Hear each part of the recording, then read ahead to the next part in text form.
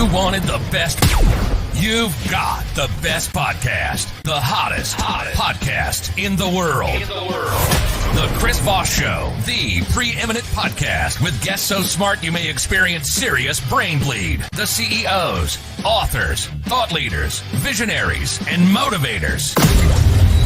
Get ready. Strap yourself in. Keep your hands, arms, and legs inside the vehicle at all times, because you're about to go on a monster education roller coaster with your brain. Now, here's your host, Chris Voss. Hi, folks. Chris Voss here from thechrisvossshow.com. Ladies and gentlemen, children of all ages, welcome to the greatest podcast on earth, or at least known to myself. For 15 years, 2 to 3 times a weekday, we bring you the podcast billionaires, CEOs, entrepreneurs, and newsmakers, and the hottest authors come on to talk shop. It's showtime, baby. Welcome to the big show, family and friends. The Chris Voss Show podcast family that loves you but doesn't judge you, at least not as harshly as your mother-in-law, because, she's seen you. Anyway, guys, welcome to the big show. We have an amazing gentleman on the show. He's going to be here to brighten your mind, expand your worldview, and make you glow with the sexiness that will roll off you and go. People will be like, man, you sure seem sexier today. And you'll be like, it's because I'm so smart because I listen to the Chris Voss Show. 15 years, 2 to 3 shows a day. That's 10 to 15 a week, people. Remember, if you're not listening to all 15 shows that we're producing a week, there will be a test on Saturday, and you better pass or else. I don't know what that means. We have an amazing gentleman on the show, as mentioned before. He is the author of The Growth Trap, a continuous plan to avoid the traps of life and build a better you. Just came out November 29th, 2022. Ralph D. Bugnara is on the show with us today. He's going to be talking to us about his experience, his life. We'll be talking about real estate, finances, building a business, being a successful serial entrepreneur, I should say, and Wall Street Journal best-selling author. He is all the aforementioned above, and is the author of The Growth Trap, as we mentioned. He grew up struggling financially, and he knew he wanted more for himself. He didn't want generational poverty to be his future. He wanted to make a generational change. Now he holds the prestigious roles of president of Home Qualified, a digital resource for buyers and sellers, and vice president at Cardinal Financial, a newly recognized mortgage loan company. Ralph is a nationally recognized mortgage insider, has funded over $40 billion of loans for real estate. We should call and borrow some money from him. Anyway, he also continues to manage his own expanding real estate portfolio with over $20 million. His expertise led him to start a series called The Real Estate Disruptors, where he interviews guests on investing, property guidance, and advice. His program focuses on creating an elite network of industry leaders to help brokers succeed in the social media-driven economy. Welcome to the show, Ralph. How are you? I'm doing pretty good. Thanks for having me. I love your energy. There you go. I ad-libbed the, we should call and borrow money, so your inbox is probably going to be full of audience members going, can we borrow from you? Anyway, Yeah, welcome to the show. welcome to the show. Give us your .com so people can find you on the interwebs. So it's Ralph D. Bugnara, DIBUGNARA.com, just like my name. There you go. And any other website we should plug away at? Homequalified.com is a really good website, which is my company for anything. If you're a beginner buying real estate or looking to invest a little further, but homequalified.com is kind of a great resource on that. We put stuff up almost daily, just trying to advise people on the current market today and kind of how you grow a real estate portfolio. There you go. So let's tease it out in your words. People like to hear it from the source. We gave you a little bit of a profile, but give us like a 30,000 overview of who you are, what you do, and maybe some tease out on the book too. Sure. I'm a kid from Brooklyn, New York. I grew up in an Italian neighborhood. I was, not a blue collar family, but my father worked 5 jobs. So, I kind of grew up in that household in a small neighborhood. It's really a New York second generation story for me. And I got into real estate and mortgages kind of by accident. I graduated during the .com bubble. There wasn't a lot of jobs. I got offered a sales job. I was trying to look for something to do with my life that wasn't what a lot of my friends were doing, which is the wrong stuff that was going to end me in the wrong places. Oh. So I took a sales job. I took a chance on the business, and the business was great until about 2008. And I hit the market crash and I lost everything and I started over again. but I've been in real estate mortgages for over 20 years now. At this point, I've been buying properties for over 20 years at this point now. So that's really been my life. And now I got a family and kids, and they're really 50% at least of my time, maybe someday 70% of my time now, besides mortgages. And that's kind of who I am, a 30,000-foot view. There you go. I love it. And I'm glad to see you made it back from the 2008 bottom out crisis. From my heart to yours. It wiped out 20 years of all the companies we had, including our 20-year mortgage company in 2008. And I just went, I'm going to do something else. I don't blame you. You do a podcast and then live under the viaduct most of the time in a van down by the river. So let's talk shop here. What motivated you on to write The Growth Trap, a continuous plan to avoid the traps of life and build a better you? Yeah, during pandemic and COVID, I was in my office by myself a lot and working, but I had a lot more time to think about. And my children have kind of made me think back on my upbringing a lot and focus on that. And what I realized is that I went through a lot of things in life where my growth was stopped. And what I consider the growth trap to be is kind of from when we're born until adolescence, we naturally get bigger, smarter, faster. We learn really easily. We adapt to things really easily because we don't know anything else. So everything's new to us. Mm-hmm. And then you get to a point in life, and for me, it was really around 14 years old, where growth stops becoming easy and you have to really force it. And a lot of us can't do it. And I've gotten to points where I can't do it in life, where you just don't know what to do to kind of get past it or get to the next step. And some people get stuck forever. I've been stuck a million times in my life, and I'll be stuck a million times more. But it's really, the Growth Trap is really stories about my growth and my setbacks and other people like me or that you may know and their growth and their setbacks and kind of how we get over those obstacles. There you go. And I mean, that's the real story of life. I mean, some people go through life, or they start out in life thinking, oh, my life will be perfect. There will be no rain and no trouble and no whatever. But, and you learn this in Stoicism, you plan that there's going to be some storms. There's going to be some pitfalls. And the real key is how you overcome those, as you talk about in your book. Yeah, absolutely. And I think that's what it is. I was at a point in 2008 was a really a good pivot for me in life in general, but I was at a point where 2008 is a great example of it, right? Like the market crash kind of forced my back against the wall. I lost all my money.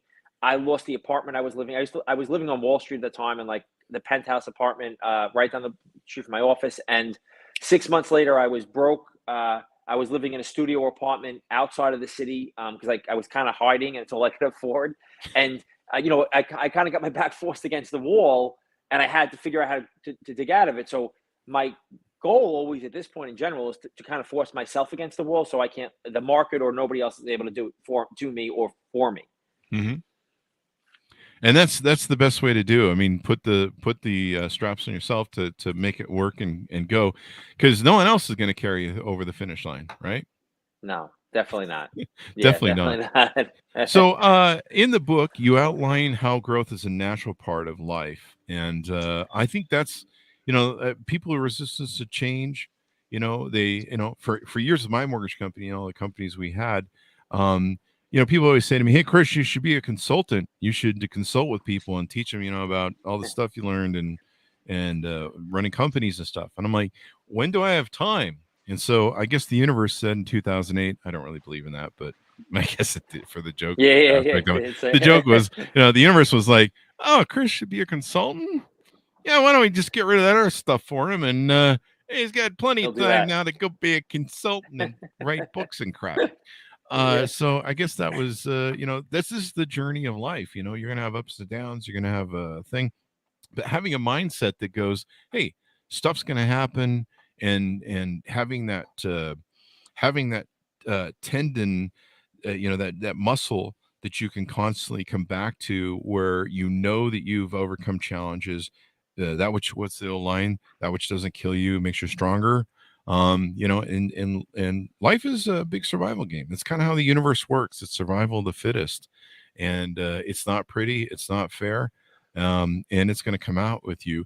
What were some of the stories maybe you could tease out, or ideas in Growth Trap that we can throw at people? Yeah, I think it started for me as early as high school, where I moved from one place to another, one city in New York to another city in New York. And I was a shy kid, who was in a neighborhood where I was the most popular, the best athlete, all these things. And then I moved to a place where nobody knew me, and I just quit everything. I quit sports. I quit going out. I quit kind of everything. I was just staying in the house because I didn't know, wasn't ready for adversity, and I didn't have any interest in getting over it. And that became a habit in general for me through high school and even through college, where I just kept, when I would do something until it got hard. And then as soon as it got hard, I would quit. And that just became what your habits can become anything, right? So my habit became quitting until I really got into the world and I got into business, and I had no choice. I couldn't quit anymore. I was out in the real world now, and I needed to make money. I needed to make something.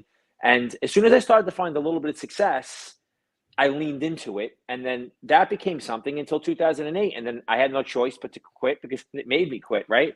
Mhm. And I had to dig out of a lot of debt and through a lot of darkness. But what it gave me, and I think anybody you ever talk to who's hit a rock bottom moment in their life, what it gives you is the clarity to you can really get through anything if you really work at it. And I Mhm. think that my biggest failure gave me the power to kind of see the light that I could still do things through. But yeah, I think that just quitting on anything can put you in any kind of trap, whether it's growth or mentally or depression or whatever it is. But I think whenever you quit on something and don't complete it, which is easy to do and it's hard not to do, Mhm. it could push you back and cost you years in some situations. There you go. And sometimes you feel pushed back in the growth trap, but you end up finding something better that you love. And sometimes you find something that's better. Like I used to have hundreds of employees, we were talking before the show with our mortgage company. Now I just have me and a couple of VAs. I love it. It's Yeah, it's really nice. simple. Yeah, yeah. I love talking to people like yourself. I love hearing people's journeys, and I'm 55, man. I've put up with me all my life. I'm sick of me, so I love having other people come on and tell me about their lives and stuff going on. And I'm more interested in that, and I'm interested in telling great stories for our audience and stuff like that. So sometimes you end up just on a better journey, and you're Sure, just like, I agree. I'm in a better place. It sounds like you did too, what you went through in 2008. Yeah, for sure. It definitely put me on a different path. And sometimes I think we're so attached to one identity Mm-hmm. that we're afraid to give it up, right? Like it's just like, oh, well, that was the person I was. And for me, I was this person who made it out of a neighborhood and away from my friends in a place that people weren't making it out of. So I felt like I can't even let people know that I failed, which at the time was really probably the reason I kept going, is because pride and everything else. So it Mm-hmm. wasn't necessarily the right reasons, but it gave me the power to kind of see my way through. But yeah, sometimes I think we're so connected to an identity, and that could be anything. That could be I'm a fitness person, or I'm a this person, or I'm a that person, or I'm a podcast person, and we don't grow because we're just like, well, if I give that up, then nobody's going to know me for anything. So it's just continuing to create yourself into a bigger, better person. I think is what I've learned is something that's necessary throughout my life. There you go. And calling into the show is Kelly from LinkedIn. If growth were easy, everybody would be doing it. Yeah, for sure, Isn't that absolutely. true? Let's talk It's about a great something though. point. You bring up a great word, identity. And so many people, especially if you're maybe a CEO or a business, if you're married, you have a marriage identity to that marriage, that relationship you have with the person. If it's not a marriage, we carry through life all these identities or sometimes masks because they really aren't us. A lot of times they're like an identity that we put on ourselves.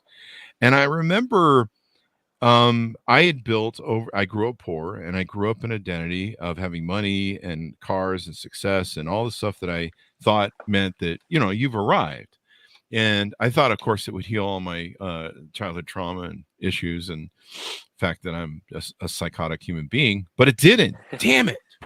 So, but I remember going through the crisis and starting to lose everything, and then it became the what's they call it in psychology, it becomes, well, if I can just keep the 3 BMWs, if I can just keep the houses, if I can just keep the Yep. nice watches, it's you're negotiating or you're You make compromises for the wrong compromises, things. yeah.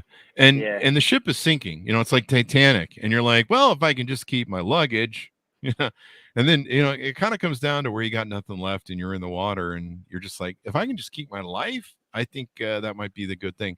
But yeah, you're doing that whole thing, and it's really hard because you built that identity and you have to go through the grief stage of losing it and stuff. And do you think that's part of the growth trap where people have that identity and they don't realize that sometimes that's not really you or not maybe who should be. No, you're 100%, 1,000% right. I think that's a great way to describe it, and I think I'm going to plagiarize you on a go forward. Go I think for that was it. awesome. Go for it. But I think at my lowest point, all I wanted to do was get back to being comfortable. And like you said, like I just want enough money where I can have this, or I just want to be comfortable. I had it so good, I messed it up, and I just wanted to get comfortable. And then I got back to a point, probably in about 2013, 2014, where I was comfortable again. Like 4 or 5 years again, I was comfortable again. And after a few months of being comfortable, I realized how miserable it was making me because I wasn't being challenged at that point anymore. So like this place I had to be, I needed to be, that wasn't it either. Like I needed to continue to challenge myself and continue to change and become a better person.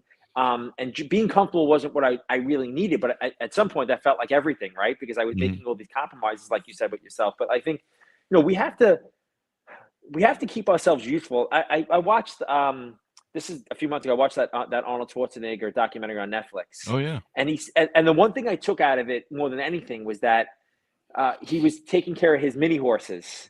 And he said, every single day I go out to the stable and I clean up the crap and I take care of my mini horses. And he said, I just want to be useful every single day. And that really stuck with me so much. Like he just needed to give himself a purpose, right? Every single day. And I think when we have no purpose or we have no growth or we're just too comfortable, we almost die. Like we almost sit there and we're not living, Yeah. I went through, I built my business as my best friend for 22 years. We were friends, best friends. I would have gone to prison, I would have helped him bury a body and go to prison. He was my best friend, and he was my business partner for 13 years as my vice president. And we had a pretty good run. And then, we hit hard times, and then one day he quit, and that was it. And I had been living my life like he was my Jacqueline Martin Lee. Yeah, like Howard Stern. To Howard Stern. Yeah. And Yeah. I didn't think that, I thought he was part of my mojo and that I couldn't live without him. And it's the stories in my book that people can read. It's a famous story about him handing the keys to me one day, and he sabotaged their businesses and threw them. His intent was to throw all the companies into bankruptcy so he could walk away from the debt, which I would have gladly just paid him off and given him money rather than wrecking the businesses. It was the most dumbest thing anyone could ever do. But thanks, Yoko Ono. So we got Yoko Ono basically. So trying to recover from that was really hard, and that was part of my identity. And then I went through that, and then I realized, just like Howard Stern realized, that it had always been me all along. He was walking behind me. He was following me. I was the CEO. I was the visionary doing all the stuff, and it was always me. And like you talked about, you have to realize that it's really you, the person. It isn't a mask you wear, the identity that you put on. Like, I'm the real estate agent, I'm the mortgage broker. I'm Chris fucking Voss. And it was me. And when I hit 2008, I just went through the same pattern of like, okay, well, it's me. And I all this stuff doesn't mean shit anymore. That old line from Fight Club where the stuff you own ends up owning you. And you're not your job, you're not your wallet, you're not the car you drive. Yeah.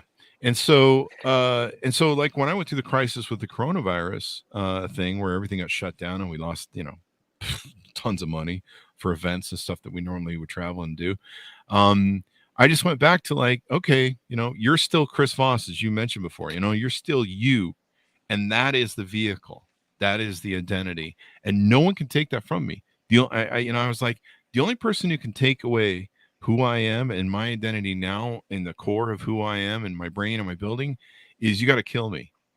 So that's it. You can kill me, run me over the car, or, give me cancer, kill me off. But until then, I got a fight that I can make. So what do you think of that? Yeah, you're 100% right. I think that we hear a lot of things growing up and through our adulthood and all these things, and they sound really good to say, but sometimes you don't understand what they are. Mm-hmm. And I think the two things that I've always heard is money's not everything.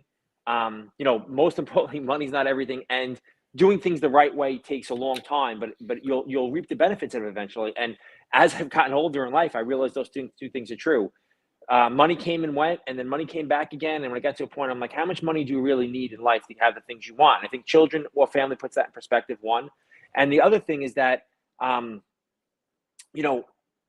it's hard to do the right thing all the time, right? We kind of all want that quick way to get famous or rich or whatever it is. And whenever I've gotten to something easy or quick, and I think somebody said in the comments, right, growth is hard, or they would do it. Yeah.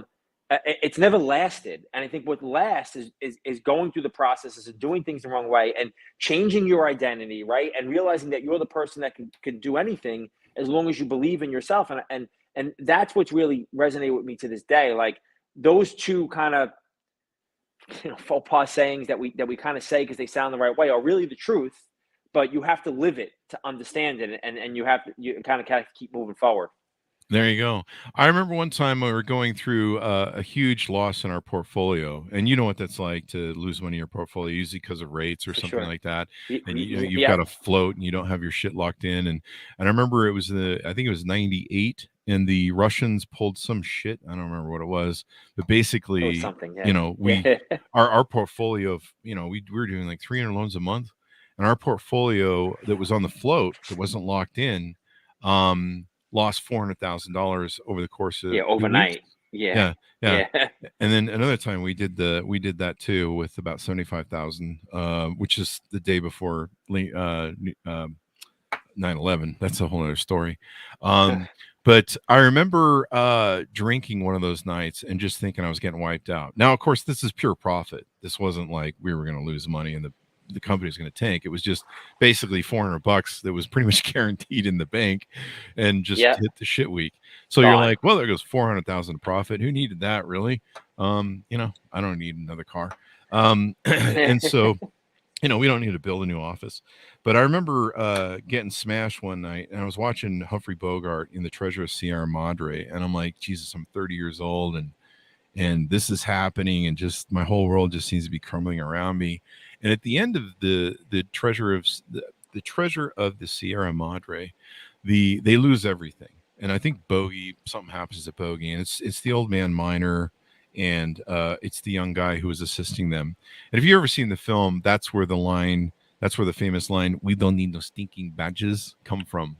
It didn't come from the great comedians of pot in the 70s, but you've heard that line repeated everywhere. But that's where the line comes from. And he says, he basically looks at the old man miner and the young guy, and he's like, "What are we going to do now? We just lost the gold, we lost the mine, we lost everything." And he goes, "Cheer up, you're young. You've got plenty of fortunes you're going to make over the next life, and you're going to make them. Just go back to work and do what you did before." And there it is. Something to the effect of that. I can't find it online, it seems. Yeah. But that saved me. I was like, wow, I'm still pretty young. A lot of people that became successful in life sometimes didn't get started in their 40s or 50s. So there's a lot of runway still that, it's never ever too late. Yeah. It really isn't. It's never too late to kind of get started on what's going to be next. And that's the one thing I can say. I'm 45 now. I can say through my life, and I don't know everything, far from it, but I can say nothing has ever happened that completely broke me. No shift in the market. No, and that doesn't make me special at all. I think that we're all we kind of build things up on our brain to tell us, oh, if this happens, nothing is ever going to be too much to bear, almost, right? We can anything. I mean, you see things. This happened a few years ago, and I swear I wish I would have recorded something on this, but there was that Fire Festival, right? And that guy did the Fire Festival, and he went to jail and all that stuff, right? And I swear, I've been saying it for the last 5 years. I said, this guy will get out of jail. He will do it again because he's clearly very capable of convincing people of whatever he wants to convince them of. And he'll do, and look, he's going to, and now I don't know if he's doing it the right way or the wrong way, but the bottom line is that he's doing it again, right? Yeah. And people are going to go, and it just, I don't think anything is going to cave you in. Like, I just think that you're going to go through valleys, right? And we just have to figure out if that valley is something, how do we address that valley? Not, oh, this is the end. Nothing's ever going to be the end. And the example you make of the rush, whatever it was, I don't remember what it was at the time, but like being in the mortgage business, there has been billions of rate changes and this and that. And everybody's like, what do you think's going to happen? Is this the end? And my answer is always no.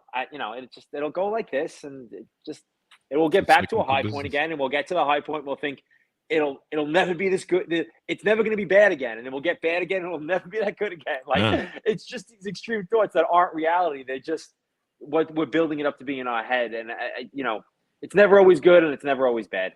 Life is always going to change on you, and you have to always adapt. Stay out of the growth trap.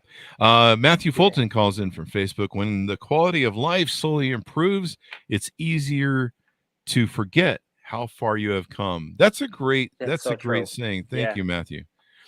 Because, like I mentioned in my earlier thing, I was the Howard Stern the whole time. I didn't need Jackie Mattingly, or Mattingly or whatever his name is. I didn't need him. And, Howard went through the same thing where he's like, holy shit, it's been me the whole time. It's still me. How powerful you are, yeah. And how powerful you are. And me being able to do all the creating that I always did, because I created a lot of our companies. And then he just kind of helped me out. And he was very supportive, and he was a good partner. I was the visionary, and he was the guy who could do the rudimentary stuff. So I could envision something, and I'd be like, here, go do that over and over again. It'd be fine. He loved that. If you asked him for an idea, like write an idea down on a notepad, he'd be like, I got no idea. Got it. But he was good at that. So you have built a $20 million plus real estate portfolio. How'd you do that? Tell us a little bit about that journey. Is that a correct number? This might be old data here. Yeah, no, that's correct. I mean, it's probably a little bit north of that right now, just because the market's crazy in certain markets. Mm-hmm. But that's pretty close to what it is. I started to build it in 2003, mm-hmm. And I lost 95% of it in 2007, and then I started to rebuild it again in 2011. And from really 2011 until now, outside of a few properties, I've built it, and just slowly. I learned that the first time around when I made all the mistakes and I lost most of my properties, it's because I just had the wrong strategy and I didn't know it was the wrong strategy. Mm-hmm. And then the second time around, I wasn't trying to get rich or build it quick. I was just trying to build it right. And I think that's really, really important too, right? Like what is my foundation? So I went into, buying long-term rental properties. And when I say long-term, anything over 12 months, I really stuck to the residential field because I know that better than commercial, and I understand it a little bit more. So anything that was over a 1-year lease, I started building it that way. Mm-hmm. And that was conservative, and it was safe, and I wasn't going to become a millionaire overnight over it, but long-term, it was a really, really good investment because and most of all, Chris, the reason it's a good investment, and you'll understand this, is that buying investments like that made it really, really easy for me to outrun my mistakes. So mm-hmm. even if I bought the wrong property, as long as I was collecting rent over the long term and I had some kind of exit strategy, it was very hard for me to get hurt. So, mm-hmm. I started there, and then in 2019 or 19, I guess, when the COVID started, the pandemic started, and rates dropped into the 2s and 3s. Mm-hmm. I saw it as an opportunity to start buying even more. And I kind of supercharged my buying in that 2-year period because I could buy very cheaply as far as rates went. Mm-hmm. And I built a really large Airbnb portfolio during that time. Over 2 years, I bought a bunch of Airbnb properties in like 6 different states. Mm-hmm. And so now my portfolio was kind of 50-50. It's mm-hmm. 50 long-term and 50 short-term rentals. And that's really, it's made me kind of diversified, and it's not a straight line, and it's very hard every single day. But I know where my money is. And, I've lost a lot of money in the stock market and other investments just like everybody else. And when we go through times like this, where we're in a high inflation and recession possibly and crazy markets, I kind of try to double down on the things I know. And I understand real estate, and I understand long-term real estate. So when we go through times like this, I lean into that even further. And when we go through times where it's a better time to buy, I lean in further. And I've just built it slowly over time, and that's where I am now. There you go. Now on your website, you've got a few different offers and things that you're working on, and you've dedicated yourself now to being on a mission to empower the next generation of real estate investors and growth, successful careers, successful lives, and become future leaders. Me, I'm on a mission to get everyone to live under the Vidoc with me. So I love your thing. So there's some programs on your website.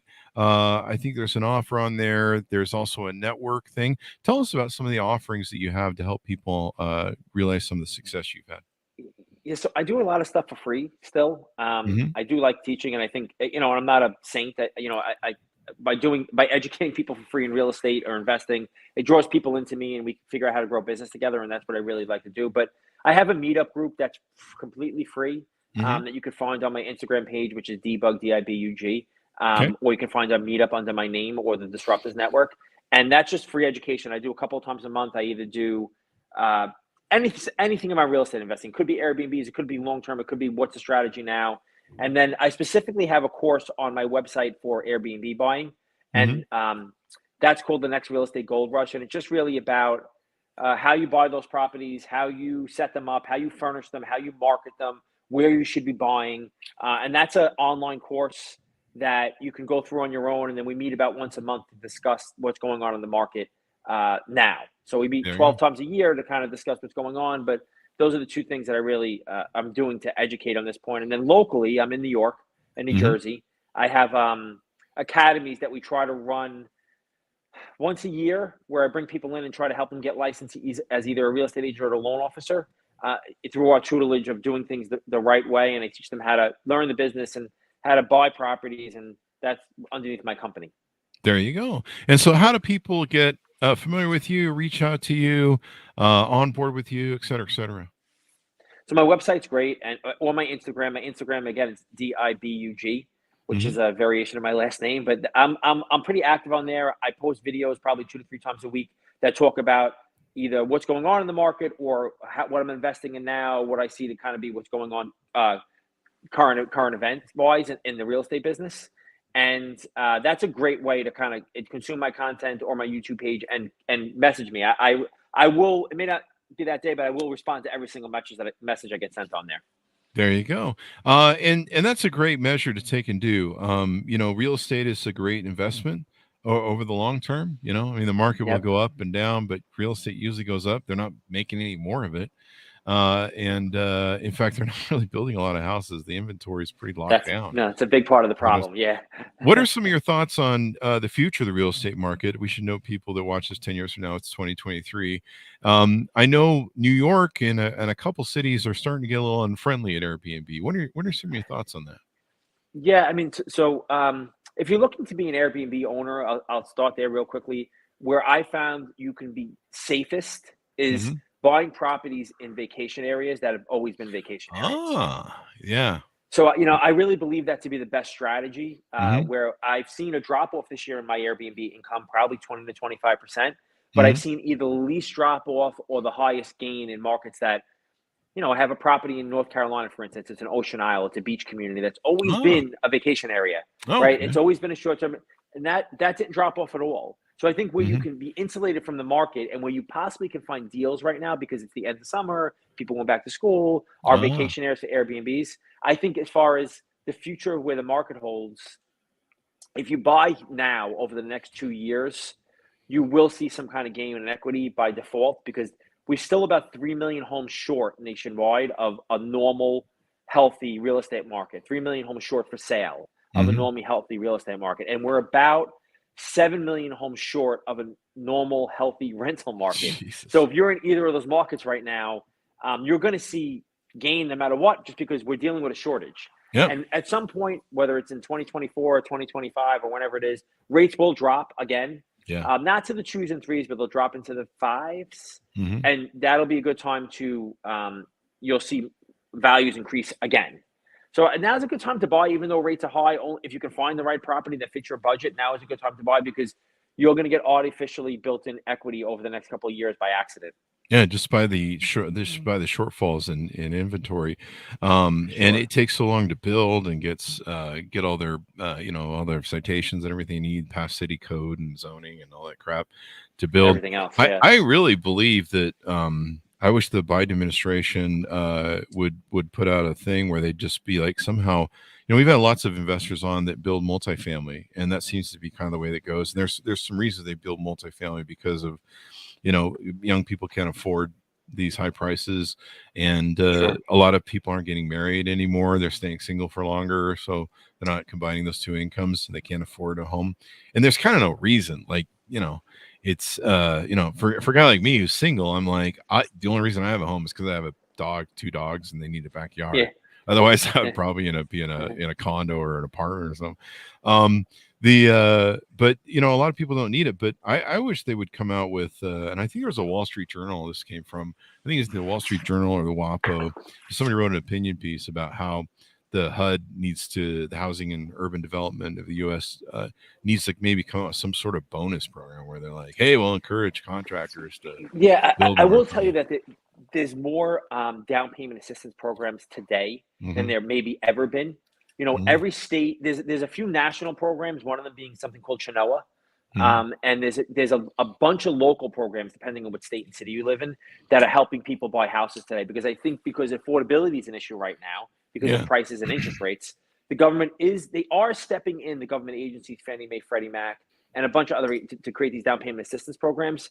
So those do exist, and we're doing a lot more of that business over the last 6 months. So if it's something you're interested in buying, and you have to meet a certain income bracket and stuff like that to qualify, but it's worth looking into, or at least asking a question about, because it may help you get into a house now where it would have been impossible.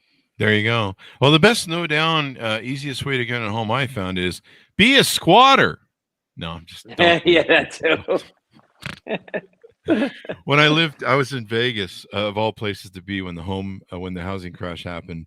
My neighborhood, and I was like up in this new area that was way far away from the city, and no one wanted to live there, especially after the crash. And they were just throwing up houses like it was going out of style. In my neighborhood, there was, all these homes, I don't know, 50, 60 homes. And you would go out at night, even the day, and people would be like, hey, wow, it's so beautiful out here. You got stars and crickets and stuff. And I'm like, those aren't crickets. Those are the chirping of all the fire alarm batteries. You're right. That no one's replaced. So nobody's changed. Yeah. And what it was is a lot of the homes that were in Vegas, a lot of the California people had bought them as second homes. So no one was checking on them. So there'd be, always squatters that would move in, and then the house would burn down or something. Or the cops would show up and be like, hey, you got to leave. And they already had their next house. And like literally it was 1 out of every 4 houses on my block that was empty. It was like walking through a ghost town when I walked the dogs. It's crazy, man. So there you go. What have we touched on that you do and help with people before we go? Have we missed anything? No, I think that's probably the most of it. There you go. We got all. I'm willing to. I'm always open to have a conversation about real estate. Whether you're somebody who's beginning, or somebody who's trying to grow your portfolio, whatever it is. My father was a teacher and a principal, and he's still a professor at 75 years old, and he still teaches. So I think that ultimately, even though he told me I was never allowed to be a teacher, I have that in me that I like to educate. So if you have any questions, if I have the information, I'm pretty transparent. I will give it to you. There you go. And awesome sauce. Give us your .coms again so people can find you on the interwebs. Sure. Yeah, for sure. Check me out at ralphdbugnara.com and homequalified.com. And that has all the information about me, anything that we're putting out content-wise, my own podcast, which is the Disruptors Network, the book, the YouTube channel, and real estate news kind of as it's happening daily goes up on those 2 websites. There you go. Well, Ralph, it's been fun to have you on the show, and awesome and very inspiring. Thank you so much. I really appreciate having me, Chris. Thank you. And folks, order up his book wherever fine books are sold. November 29th, 2022, The Growth Trap, a continuous plan to avoid the traps of life and build a better you. And I love our discussion on identity. That was really good and hopefully helps a lot of people. Thanks so much for tuning in. We couldn't do it without you. Did you know that? I mean, I just want you to know did you know that? Anyway, guys, be sure to refer the show to your family, friends, and relatives. Go to goodreads.com/Chris Voss, youtube.com/Chris Voss, linkedin.com/Chris Voss, and Chris Voss one on the tickety-talkie, as the kids say. That's not what they say. Thanks for tuning in. Be good to each other. Stay safe, and we'll see you guys next time.